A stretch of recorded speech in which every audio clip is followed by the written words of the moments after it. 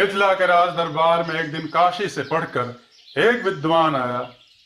मिथिला नरेश ने उसका मिथिला नरेश ने उसका समुचित स्वागत किया और उसे आसन दिया। विप्र श्रेष्ठ, राजा ने कहा, आप जैसे विद्वान के चरण हमारे राज्य में पड़े, यह हमारे लिए बड़े ही सौभाग्य की बात है। अब हम आपसे प्रार्थना करते हैं कि कुछ दिन हमारे आतिथ्य स्वीकार करें और अपने ज्ञान से हमें और हमारी प्रजा को लाभान्वित करें। राजन, विद्वान ब्राह्मण बोला, मैं काशी के प्रसिद्ध गुरुकुल से शिक्षा प्राप्त हूं। समस्त वेद, शास्त्र और पुराण मुझे कंठस्थ हैं। इस समय मैं एक विशेष प्रयोजन से यात्रा पर हूं। यात्रा विद्वानों के ज्ञान प्रसार का माध्यम होता है, शास्त्री जी, परंतु प्रत्येक यात्रा पड़ाव भी चाहती है। आप कुछ दिन हमें भी सेवा का अवसर दें। इससे पूर्व आप मेरा प्रयोजन जान ले महाराज। बताइए विप्रश्रेष्ठ। मैं काशी से पूर्ण शिक्षित होकर निकला तो मुझे मार्ग में एक कथावाचक विद्वान सभा के बीच राम चर्चा करते मिले। मैंने उनसे 3 प्रश्न कर डाले। उनसे एक का भी जवाब ना दिया गया। ज्ञान तो उनका सीमित था ही, क्रोध उनसे असीमित था। वह लज्जित होकर भरी सभा में क्रोधित हो उठे और बोले, हे विद्वान, मैंने माना कि आपके पास ज्ञान का प्रचुर भंडार है, परंतु इसका अर्थ यह नहीं कि आप सृष्टि के सर्वश्रेष्ठ विद्वान हैं। इस पृथ्वी पर एक से बढ़कर एक विद्वान है। जिस दिन आपको स्वयं से उत्तर मिलेगा, उस दिन आपका ज्ञान बगले झांकता नजर आएगा, शास्त्री ने बताया। विप्रवर, उस कथावाचक की यह बात तो सत्य है कि संसार में एक से एक उच्च कोटि का विद्वान है, राजा ने कहा, परंतु मेरा मानना ऐसा नहीं है। मैंने समस्त शिक्षाएं पूर्ण की हैं और मैं पूर्ण विद्वान हूं। मेरे समक्ष विद्वान हो सकते हैं मेरे समकक्ष विद्वान हो सकते हैं, परंतु मुझसे अधिक विद्वान कोई नहीं मिलेगा, शास्त्री अहंकार से बोला। और मेरी यह यात्रा उसी विद्वान की खोज में है। मैं घोषणा करता हूं कि जो विद्वान मुझे शास्त्रार्थ में पराजित कर देगा, मैं उसका शिष्य हो जाऊंगा, अन्यथा उसे मेरा शिष्यत्व स्वीकार करना होगा। आप जैसे विद्वान का शिष्य बनना भी सौभाग्य होगा। राजन, मैं समस्त मिथिला राज्य के विद्वानों को शास्त्रार्थ के लिए ललकार रहा हूं। यदि मैं पराजित हो जाऊं तो मिथिला नरेश का दास बनकर रहूंगा, और यदि मैं विजयी रहा तो मिथिला का सर्वोच्च सम्मान मुझे मिलेगा। विप्रवर, आप ज्ञान के अहंकार में हैं। अहंकार विद्वानों को शोभा नहीं देता। ज्ञान का प्रदर्शन ही विद्वान की शोभा है। क्या मिथिला राज्य विद्वानों से विहीन है? क्या मेरी चुनौती स्वीकार करने के सामर्थ्य नहीं है? अब तो मिथिला नरेश भी क्रोधित हो उठे। उन्हें अपने राज्य के विद्वानों पर विश्वास था। चुनौती स्वीकार कर ली गई। शास्त्रार्थ शुरू हो गया।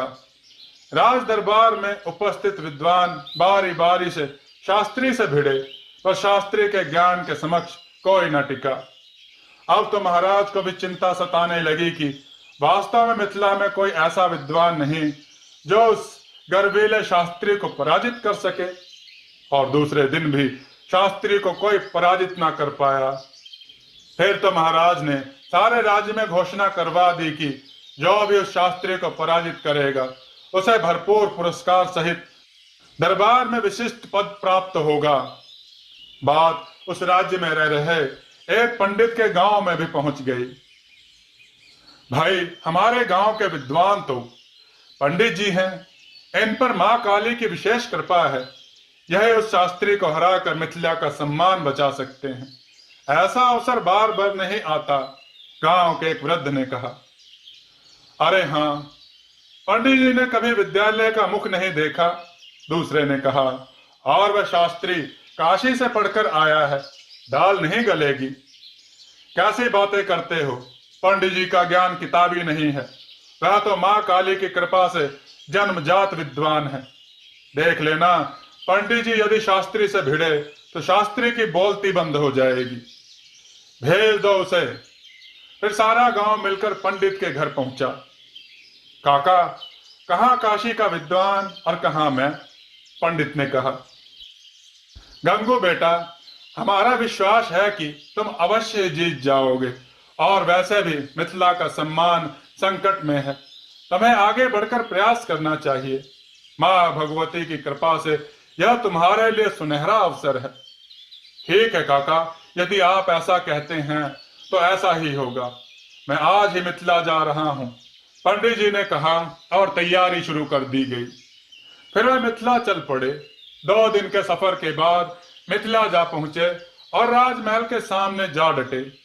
उन्होंने पहरेदार को अपने पधारने का प्रयोजन बताया। भैया, पहरेदार निराशा से बोला, वह शास्त्री बड़ा विद्वान है और लगता है कि मिथिला का सम्मान नहीं बचेगा।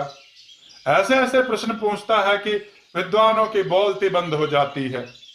ऐसी बात मत सोचो मिथिला भाई, मिथिला ज्ञान की भूमि है। वह शास्त्री यहां से पराजित होकर ही लौटेगा। माँ, धरती पे विश्वास रखो। भाई हमारे महाराज इन दिनों बड़ी चिंता में हैं। महाराज से जाकर कहो कि मुझे शास्त्रार्थ की आज्ञा दे। पहरेदार ने उसे वहीं रोका और दरबार में सूचना भेजी। पंडित जी को अंदर भेजा गया। अभी अभी शास्त्री ने एक विद्वान को पराजित किया था और अपनी जीत पर बड़े ही मोहक ढंग से मुस्कुरा रहा था। पंडित जी अभी अभी पहुंचे थे। महाराज की जय हो, मेरा नाम गंगू है। मैं आपकी प्रजा का एक हिस्सा हूं। आपकी कृपा से मुझे भी थोड़ा बहुत ज्ञान है, और उसी ज्ञान के विश्वास पर मैं इन परम विद्वान ब्राह्मण से शास्त्रार्थ करने की आज्ञा चाहता हूं। राजा ने साधारण वेशभूषा वाले देहाती को देखा और धीरे से स्वीकृति दे दी। उन्हें नहीं लगता था कि यह साधारण देहाती भी कुछ कर पाएगा।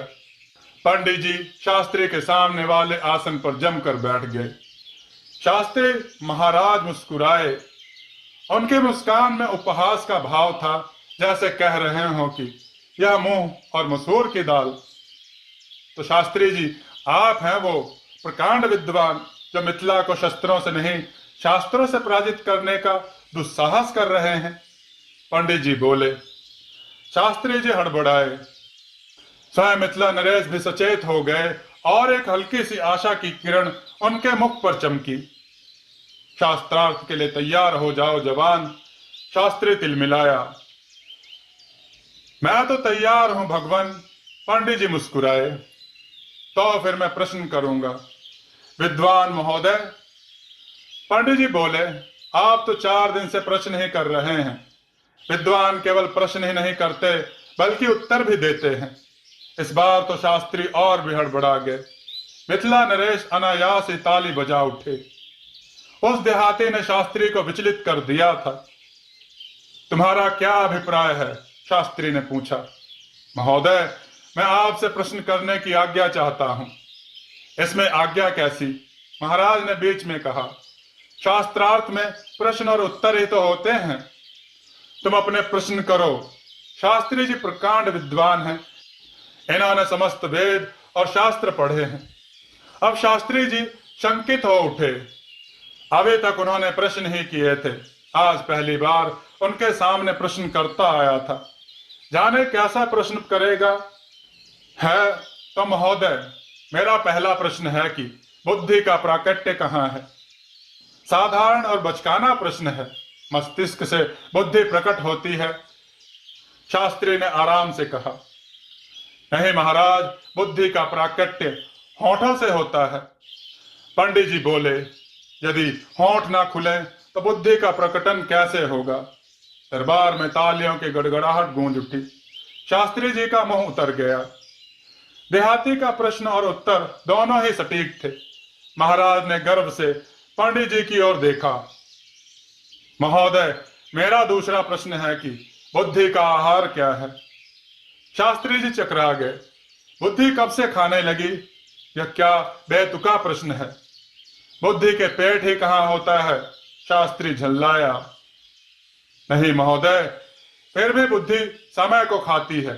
समय ही बुद्धि का आहार होता है। आप 4 दिन से बुद्धि का प्रयोग कर रहे हैं, तो क्या बुद्धि ने 4 दिन का समय नहीं खाया? पंडित जी बोले। सभा एक बार फिर करतल ध्वनि कर उठी। शास्त्री का मुंह देखने लायक था। प्रश्नकर्ता साधारण दिखता था, प्रश्न असाधारण थे। अब मेरा अंतिम प्रश्न है कि मेरे बुद्धि का मूल्य क्या है? पंडित ने अंतिम प्रश्न कर दिया। शास्त्री जी चकरा कर अपना सिर खुजलाने लगे।